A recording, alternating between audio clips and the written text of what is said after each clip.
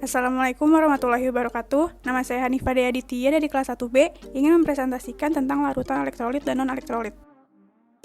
Pengertian larutan elektrolit dan non-elektrolit.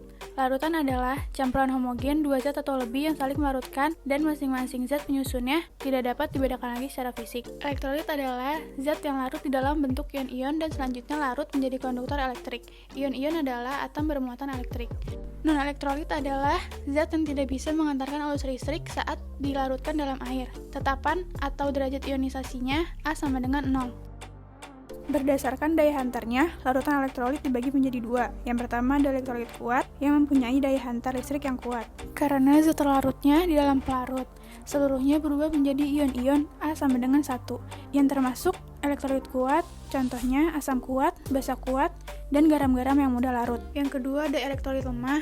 Larutan elektrolit lemah adalah larutan yang daya hantar listriknya lemah dan harga derajat ionisasinya A lebih besar dari 0, A lebih kecil dari 1. Yang termasuk larutan elektrolit lemah, contohnya asam lemah, basa lemah, dan garam-garam yang sukar larut.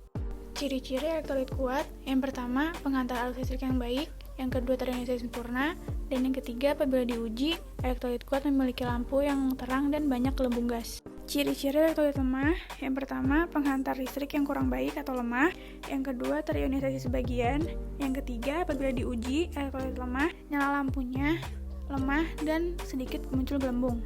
Ciri-ciri non-elektrolit, yang pertama tidak terionisasi, yang kedua tidak dapat mengantarkan arus listrik, dan yang ketiga jika diuji elektrolit lemah tidak menyala lampunya dan tidak muncul gelembung gas. Larutan elektrolit dalam kehidupan sehari-hari. Yang pertama ada HCl atau asam klorida yang dalam kehidupan sehari-hari digunakan sebagai produksi senyawa organik dan anorganik, kontrol pH dan netralisasi, pembersih rumah tangga, dan pemurnian garam biasa. Yang kedua ada NaOH yang dalam kehidupan sehari-hari digunakan sebagai zat pembersih rumah tangga dan pemurnian bauksit.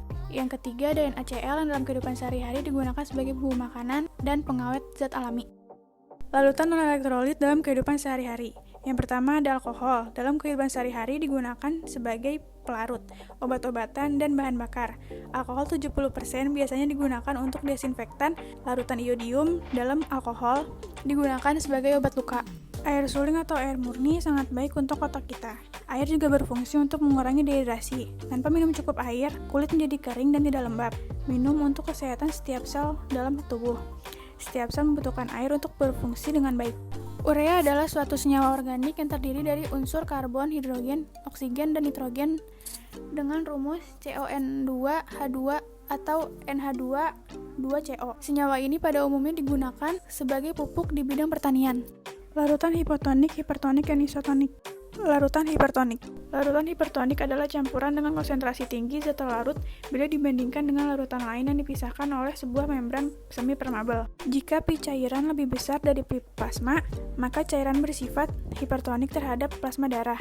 Hal ini menyebabkan net aliran air dari dalam keluar plasma. Akibatnya, sel darah merah akan mengarut karena kehilangan air.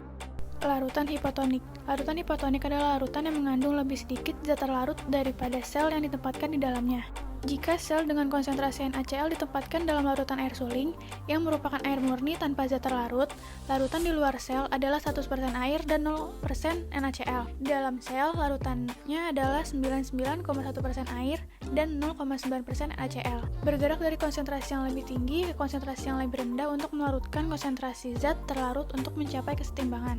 Jika pi cairan lebih kecil dari pi plasma, maka cairan bersifat hipotonik terhadap plasma darah. Hal ini menyebabkan net aliran pelarut air dari cairan ke plasma darah. Akibatnya, sel darah merah akan menggembung dan dapat pecah. Larutan isotonik. Larutan isotonik adalah larutan di mana jumlah zat terlarut dan larutan yang sama tersedia di dalam sel dan di luar sel. Larutan dan persentase zat terlarut adalah sama di dalam sel seperti dalam larutan di luar sel. Jika pi cairan sama dengan pi plasma darah, maka cairan bersifat isotonik terhadap plasma darah. Hal ini menyebabkan net aliran keluar masuk sel sama dengan 0. Akibatnya, sel darah merah tidak menggembung atau mengerut. Larutan elektrolit dan non-elektrolit dalam keperawatan. Yang pertama adalah larutan elektrolit, contohnya adalah larutan oralit yang diminum oleh penderita diare agar tidak dehidrasi. Yang kedua adalah larutan salin, menggantikan cairan tubuh yang hilang dan menjaga tubuh agar tetap terhidrasi dengan baik.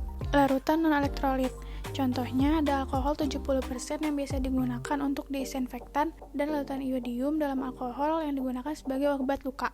Larutan hipertonik, hipotonik, dan isotonik dalam keperawatan. Hipertonik digunakan dalam cairan infus yang memiliki konsentrasi zat terlarut yang lebih besar daripada plasma untuk pasien dengan penyakit ginjal dan jantung serta pasien dengan dehidrasi.